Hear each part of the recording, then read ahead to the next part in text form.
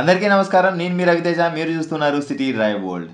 Dear friends, మనం ఏదైనా ఒక కార్ పర్చేస్ చేయాలనుకుంటున్నప్పుడు ఆ కార్లో మనం ఏం చూస్తాం? ఆ కార్ యొక్క లుక్స్ చూస్తాం, ఆ కార్ సంబంధించిన డ్రైవింగ్ డైనమిక్స్ చూస్తాం, ఇంజన్ చూస్తాం, దీంతోపాటు కూడా కంఫర్ట్ అండ్ కన్వీనియన్స్ చూస్తాం, తక్కువ ప్రైజ్లో వస్తుందా లేదా అని చెప్పేసి చూస్తాం, అండ్ ఎక్కువ మైలేజ్ ఇస్తుందా లేదా అని చెప్పేసి చూస్తాం, దానికి సంబంధించి మెయింటెనెన్స్ అనేది తక్కువ ఉందా లేదా అని చెప్పేసి చూస్తాం, దీంతోపాటు కూడా ఆఫ్టర్ సేల్ మార్కెట్ అనేది దానికి సంబంధించి ఎలా ఉంది ఏంటని చెప్పేసి చూస్తాం. ఇన్ని పారామీటర్లు చూస్తాం, కానీ మనం ఇన్వెస్ట్ చేస్తున్న అమౌంట్ అన్నది ఆ కార్ పైన మనం ప్రాపర్గా ఇన్వెస్ట్ చేస్తున్నామా లేదా, లేకపోతే బూడిదలో పోసిన పన్నీర్ లాగా అలా మట్టిపాలు చేసేస్తున్నామా, మనం కష్టపడి సంపాదించిన డబ్బు అని కనుక మీరు ఒక్కసారి క్లారిటీ తెచ్చుకున్నట్టయితే కనుక, అంటే ఇప్పుడు మీరు చూసిన పారామీటర్స్ ఏవైతే ఉన్నాయో ఇవన్నీ కూడా ఓకేనండి. వీటితో పాటు కూడా మనం ఏమనుకుంటుంటాం, తక్కువ బడ్జెట్లో ఎక్కువ సీసీ ఉన్న కార్ వస్తుంది కదా, తక్కువ బడ్జెట్లో ఎక్కువ లెంత్ ఉన్న కార్ వస్తుంది కదా అని కొంతమంది అనుకుంటూ ఉంటారు. వీరికి నేను ఒక చిన్న క్లారిటీ ఇస్తానండి ఈ వీడియో ద్వారా. ఒక చిన్న కార్స్ అంటే 2 కార్స్ని అయితే నేను ఎగ్జాంపుల్ తీసుకొని మీకు ఒక క్లారిటీ వచ్చే విధంగా అయితే నేను చూపిస్తానండి. క్లియర్? అండ్ వీటి కోసం నేను టాటా నెక్సాన్ అండ్ బ్రీజాన్ అయితే తీసుకోవడం చెప్పేసి జరిగిందండి. వీటినే ఎందుకు తీసుకున్నాను అంటే మీకు అర్థం అవ్వడానికి. అండ్ రైట్ నా మనకు కాంపాక్ట్ ఎస్యూవీ సెగ్మెంట్ అనేది ఎక్కువ ట్రెండ్లో నడుస్తుంది కాబట్టి, ఎక్కువ ఈ కార్స్ మధ్య కాంపిటీషన్ అని చెప్పేసి కూడా నడుస్తుంటుంది కాబట్టి, నేను ఏదో నెక్సాన్ని పొగడాలనో, లేకపోతే దాన్ని ముందుకు తీసుకోవాలనో, లేకపోతే బ్రేజాని వెనక్కి నెట్టాలనో కాదండి. జస్ట్ మీకు ఒక క్లారిటీ రావడానికి, అర్థం అవ్వడానికి మాత్రమే నేను ఇక్కడ చేస్తున్న ప్రయత్నం. ఓకే, ఫస్ట్ ఆఫ్ ఆల్ ఇక్కడ మీరు చార్ట్ చూడండి. ఇక్కడ మనం చూసినట్టయితే కనుక మన ఏదైనా ఒక కార్, ఈ రెండు కార్లను ఏమంటారంటే sub 4 meters compact SUV cars అంటారండి. అంటే 4 మీటర్ల లోపల లెంత్ ఉన్న compact SUV cars Nexon and Brezza. Clear? ఇక్కడ చూడొచ్చు ఈ కార్ యొక్క లెంత్, నెక్సాన్ యొక్క లెంత్ వచ్చేసి 3995 mm అండి. అంటే 4 మీటర్స్కి 5 mm అని చెప్పేసి తక్కువ ఉంది. ఇక్కడ 3999 ఉన్నా కూడా అది 4 మీటర్స్ లోపలికి వస్తుంది. అదే ఇక్కడ మనకు 4001 ఉందనుకోండి, మరి అది మనకు దాని సెగ్మెంట్ మారిపోతుంది, దానికి సంబంధించిన ట్యాక్స్ అని చెప్పేసి కూడా పెరిగిపోతుంది. సేమ్ ఇక్కడ కూడా మనకు బ్రేజాలో 3995 mm. ఇక్కడ లెంత్ పరంగా చూసినట్టయితే ఇంకా రెండు సేమ్ అని చెప్పేసి అయితే మనం ఇక్కడ గమనించవచ్చు. నెక్స్ట్ ఇక్కడ మనం లాజికల్గా ఆలోచించినట్టయితే కనుక ఇక్కడ చూడండి, ఇంజన్ మెయిన్ థింగ్ వచ్చేసి ఇంజన్ 1.2 లీటర్ అని చెప్పేసి 1.2 లీటర్ టర్బో చార్జ్డ్ ఇక్కడ మనకు పెట్రోల్ ఇంజన్ అని చెప్పేసి అయితే మనం నెక్సాన్లో తీసుకున్నాం. అదే బ్రీజాలో చూసినట్టయితే కనుక 1.5 litre naturally aspirated petrol engine అయితే మనం ఇందులో తీసుకోవడం అని చెప్పేసి జరిగింది.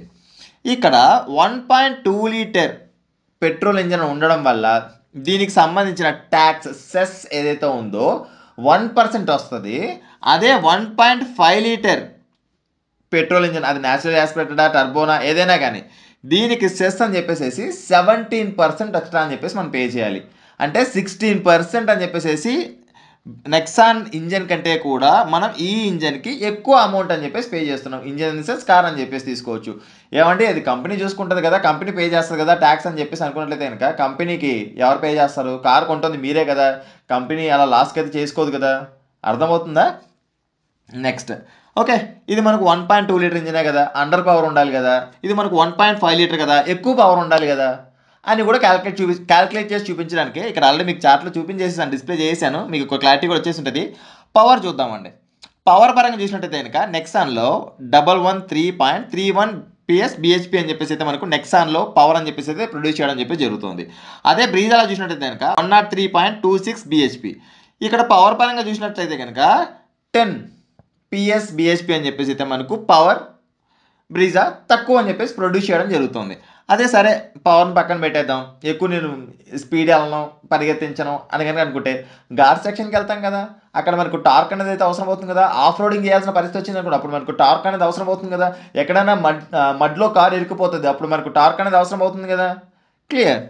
అప్పుడు టార్క్ అని చెప్పేసి అయితే తీసుకుందాం. నెక్సాన్ చూసినట్టయితే కనుక 170 Nm టార్క్ అని చెప్పేసి అయితే నెక్సాన్ ప్రొడ్యూస్ చేస్తుంది. అదే బ్రీజా చూసినట్టయితే కనుక 1.5 లీటర్ అయినా కూడా 138 Nm టార్క్ అని చెప్పేసి ప్రొడ్యూస్ చేస్తుంది. మీరు ఇక్కడ గమనించినట్లయితే మనకు చూడడానికి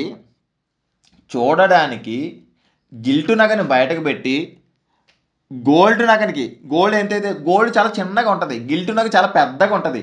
వామ్మో ఇంత పెద్దగా ఉందా, గిల్టు నగ వేసేసుకుందాం అని చెప్పేసి వేసేసుకుంటే ఇక్కడ దానికి మనం గిల్టు నగకే ఎక్కువ డబ్బులు పే చేస్తున్నాం గోల్డ్ కంటే. ఐ థింక్ ఈ ఎగ్జాంపుల్తో మీకు క్లారిటీ వస్తుందని చెప్పేసి ఇది అనుకుంటున్నా. And ladies and I mean మళ్ళీ దాంట్లో లేడీస్ కూడా ఎక్కువ వాచ్ చేస్తుంటారు కాబట్టి ఈ ఎగ్జాంపుల్ అయితే నేను తీసుకోవడం చెప్పేసి జరిగిందండి.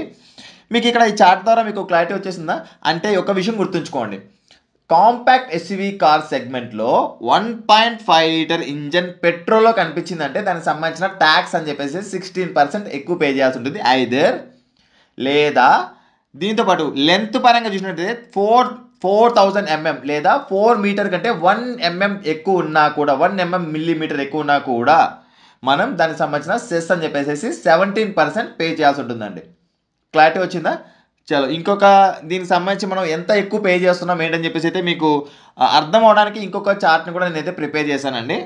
చలో ఇక చూడండి, బ్రీజా అండ్ నెక్సాన్ ఈ కార్స్ సంబంధించిన ఎక్స్ షోరూమ్ ప్రైస్ చూపించినట్టయితే కనుక 8,34,000 రూపీస్ అని చెప్పేసి అయితే బ్రీజా బేస్ వేరియంట్ ఎల్ఎక్స్ఐ అని చెప్పేసి అయితే మనకు వస్తుంది. అదే నెక్సాన్ చూసినట్టయితే కనుక 7,99,990 రూపీస్ అని చెప్పేసి అయితే మనకు నెక్సాన్ బేస్ వేరియంట్ అని చెప్పేసి అయితే వస్తుందండి. అండ్ ఈ బేస్ అంటే ఎక్స్ షోరూమ్ ప్రైస్ చెప్తున్నానండి. ఎక్స్ షోరూమ్ ప్రైస్ అని చెప్పేసి అయితే మీరు బేస్ వేరియంట్స్ ఇవి ఉంటాయి. బేస్ వేరియంట్ వేరు, బేస్ ప్రైస్ వేరు. ఫర్ ఎగ్జాంపుల్ ఈ మొబైల్ కంపెనీ మ్యానుఫ్యాక్చర్ చేసి అది దాని ప్రాఫిట్స్ని అదేవిధంగా డీలర్ మార్జిన్స్ని ఉంచుకొని దాని ఏదైతే ప్రైస్ అనేది ఉంటుందో దాన్ని మనం బేస్ ప్రైస్ అని చెప్పేసి అంటాం. ఆ తర్వాత ఏం చేయాల్సి ఉంటుంది, మనం దానికి ట్యాక్స్ కూడా పే చేయాల్సి ఉంటుంది అనమాట. Okay, 1.2 litre compact SUV car కాబట్టి జిఎస్టీ అని చెప్పేసి అయితే దీనికి మనం 28% అని చెప్పేసి అయితే పే చేయాల్సి ఉంటుందండి. 28% గాను అంటే ఇక్కడ చూడండి బేస్ వేరియంట్ మీరు ఇక్కడ సింపుల్గా చూసినట్టయితే బ్రీజా కార్ యొక్క base variant and base price ఎంతో తెలుసా? అంటే ఒక కంపెనీ ఎల్ఎక్స్ఐ మోడల్ని తయారు చేయడానికి దానికి వచ్చే ఖర్చు మార్జిన్తో పెట్టుకొని వచ్చినా కూడా ఖర్చు ఎంత వస్తుంది తెలుసా? 4,58,700 రూపాయలండి. అంటే బేస్ వేరియంట్ అనేది కార్ని తయారు చేయడానికి వచ్చే ఖర్చు. ఓకే, దానికి 28%, ఎందుకంటే ఇది మనకు కాంపాక్ట్ ఎస్యూవీ కార్ కాబట్టి అది కూడా మనకు అండర్ 4 మీటర్స్ ఉంది కాబట్టి 28% అని చెప్పేసి అయితే మనం పే చేస్తున్నాం ట్యాక్స్.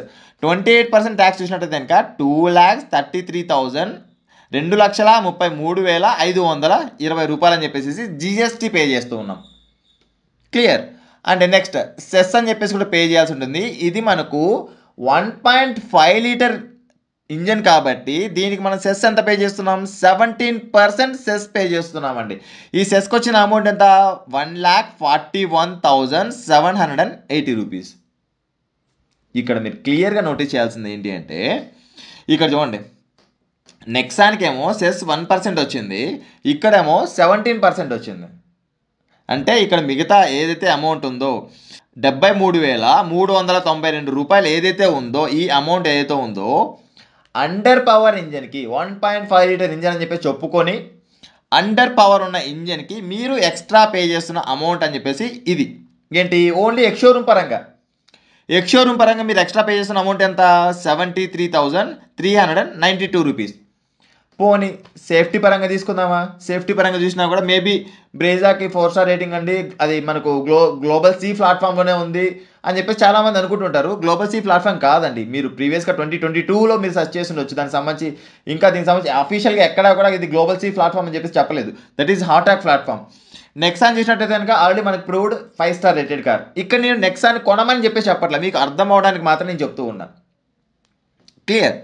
అండ్ ఇక్కడ మనం చూసినట్టయితే ఇక్కడ మనకు ఎక్స్ షోరూమ్ పరంగా మాత్రమే, ఎక్స్ షోరూమ్ అమౌంట్ పరంగా మాత్రమే మనం బేస్ వేరియంట్కి 73,392 రూపాయలు అని చెప్పేసి ఎక్స్ట్రా అనవసరంగా బూడిదలో పోసిన పన్నీర్ లాగా అలా పడేసేసి వస్తున్నాం. క్లియరా? అర్థమవుతుందా? Okay fine.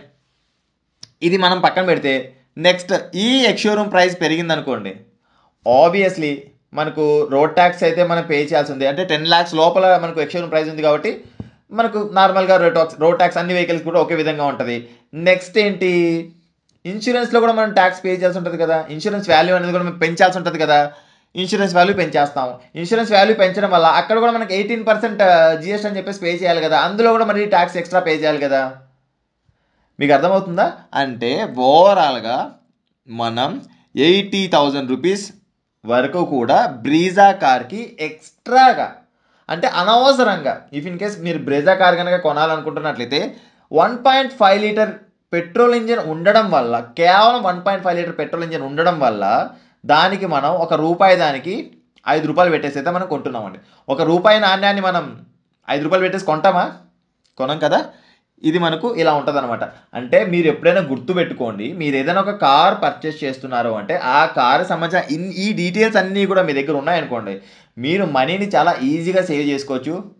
డబ్బులు ఎవరికి ఊరికే రావు కదా, కష్టపడి సంపాదిస్తే వస్తాను కదా.